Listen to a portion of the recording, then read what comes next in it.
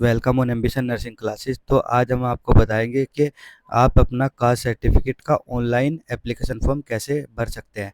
तो यहाँ पर गूगल पर आ जाना है, गूगल पर लिखना है आपको जो भी आपका राज्य है पहले वो लिख देना है, फिर उसके बाद ई डिस्ट्रिक्ट लिख देना है, फिर सर्च कर देना है।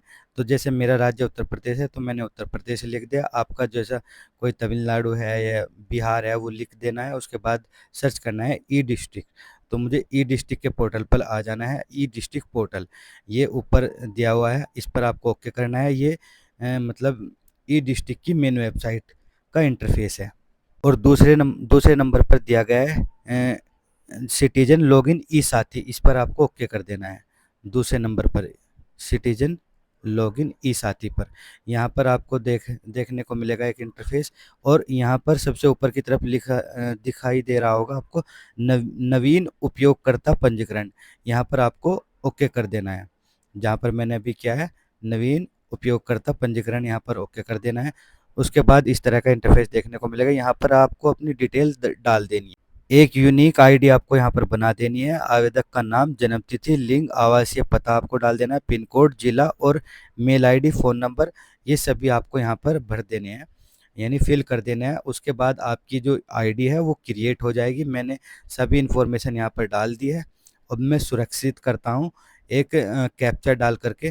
कैप्चा जो भी है रहेगा वो आपको मिल जाएगा, इसके नीचे होगा, वो डाल करके आपको सुरक्षित कर देना है। ठीक है। अब जैसे ही मैं कैप्चे को फिल करता हूँ और फिर सुरक्षित करता हूँ तो यहाँ पर मेरी जो लॉगिन आईडी है वो बन करके तैयार हो जाएगी। तो चलिए मैं सुरक्षित करता हूँ। यहाँ पर जो पासवर्ड है मेरे फ़ोन नंबर पर भेज दिया गया है। अब वो पासवर्ड से मैं लॉगिन कर सकता हूँ, लेकिन वो कुछ अलग सा पासवर्ड होता है, इसीलिए हम अपने पासवर्ड को क्या कर सकते हैं, चेंज कर सकते हैं, यानी फॉरगेट पासवर्ड पर जा करके हम चेंज कर देंगे। यहाँ पे आपको नीचे की तरफ दिखाई दे रहा होगा फॉरगेट पासवर्ड, इस पर आपको ओके कर देना है। फिर यहाँ पर यूज़र आईडी डाल देनी है और मोबाइल नंबर को डाल देना है। फिर आपके मोबाइल नंबर पर ओटीपी जाएगा, वो डाल करके आपको यहाँ पर यूज़र नेम आ जाएगा।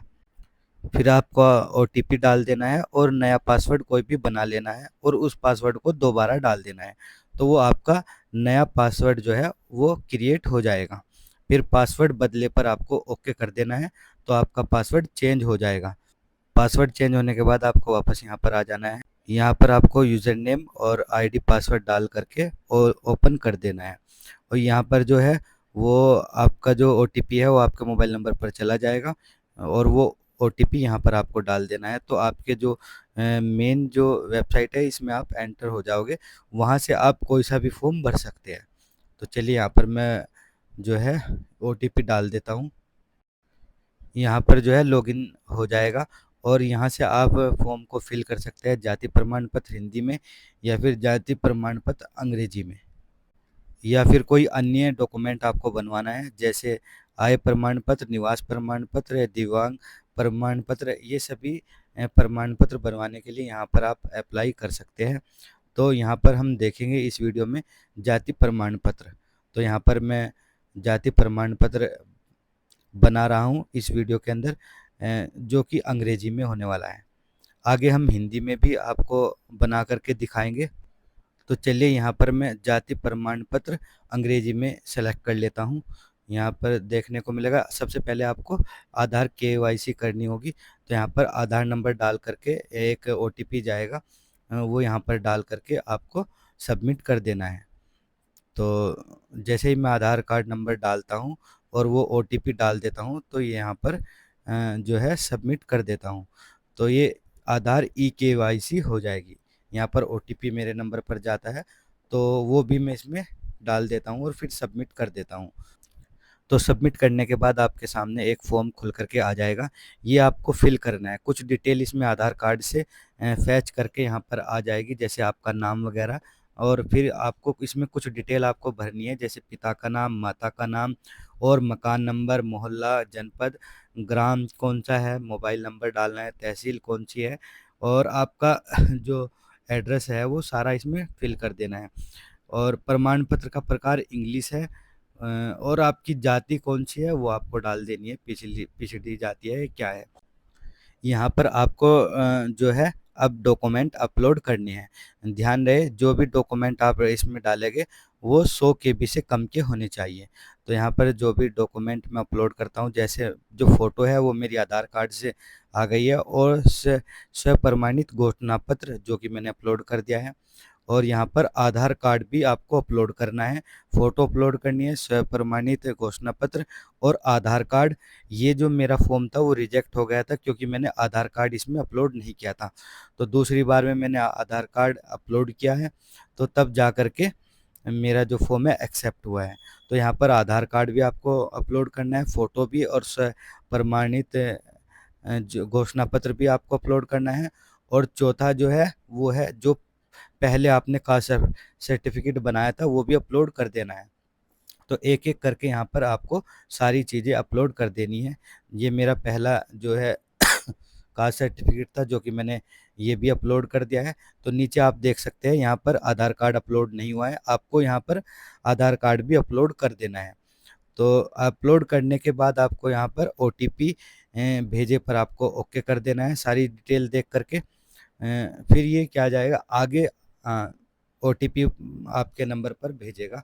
तो चलिए इसे हम, ओटीपी आपके नंबर पर आ चुका होगा और ओटीपी यहाँ नीचे दिया गया है, यहाँ पर आपको ओटीपी डाल देना है और दर्ज करे पर आपको ओके कर देना है ओटीपी डालने के बाद। अब आपका फॉर्म जो है वो फिल हो चुका है। यहाँ पर आप अपनी डिटेल देख लीजिएगा, आपका नाम वगैरह, फ़ोन नंबर, ईमेल आईडी और पता, एड्रेस, सब चीज़ें आप देख लीजिएगा। और फिर सेवा शुल्क पर, यानी जो भी इसका चार्जेस है, जो फ़ीस है वो लास्ट में कटवानी होती है। तो यहाँ पर मैं ओके करता हूँ, यहाँ पर फ़ीस कटवा देता हूँ। तो एप्लीकेशन नंबर आपका यहाँ पर शो हो गया है और इसे सबमिट कर देना है। सबमिट के ऑप्शन पर करने के बाद आपको ये डायरेक्ट फ़ीस कटवाने के लिए बोलेगा। तो यहाँ पर मैं सबमिट पर ओके कर देता हूँ। सबमिट पर ओके करने के बाद आपको प्रोसेस विद पेमेंट पर कर देना है। इस पर करने के बाद आपको ओके कर देना है और फिर ये पेमेंट मेथड पूछेगा कि किस मेथड से आप पेमेंट करना चाहते हैं, नेट बैंकिंग के थ्रू या फिर यूपीआई या फिर डेबिट कार्ड। जो फ़ीस इधर साइड में लिख रही है, टोटल फ़ीस होने वाली है इसकी 15 रुपये, जो कि आपको पे करने हैं। तो आप किसी भी बैंक अकाउंट से कर सकते हैं। तो यहाँ पर चलिए मैं फ़ी को पे कर देता हूँ।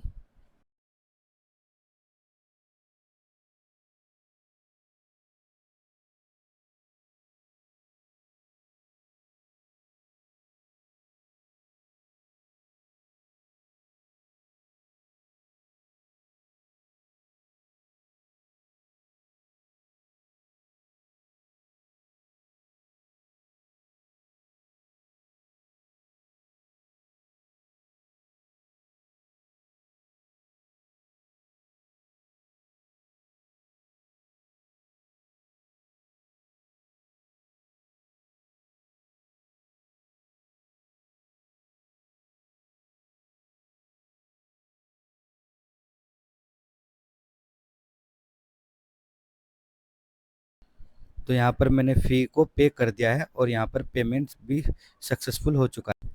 इसके बाद आपको सेवा शुल्क भुगतान पर जाना है। यहाँ पर एप्लीकेशन आप नंबर जो है वो आपको डाल देना है, सबमिट कर देना है और सुरक्षित करे पर आपको ओके कर देना है। मैंने पहले से ही सुरक्षित कर रखा है। फिर आपको एक रसीद जो है वो देखने को मिलेगी, सेवा शुल्क 15 रुपये। ये आपको डाउनलोड करके रख लेनी है, प्रिंट करके रख लेनी है। तो इस तरीके से आप कास्ट सर्टिफिकेट को फिल कर सकते हैं घर बैठे ही ऑनलाइन। तो वीडियो अच्छा लगा है तो इसे लाइक करें, शेयर करें, चैनल को सब्सक्राइब करें। Thank you.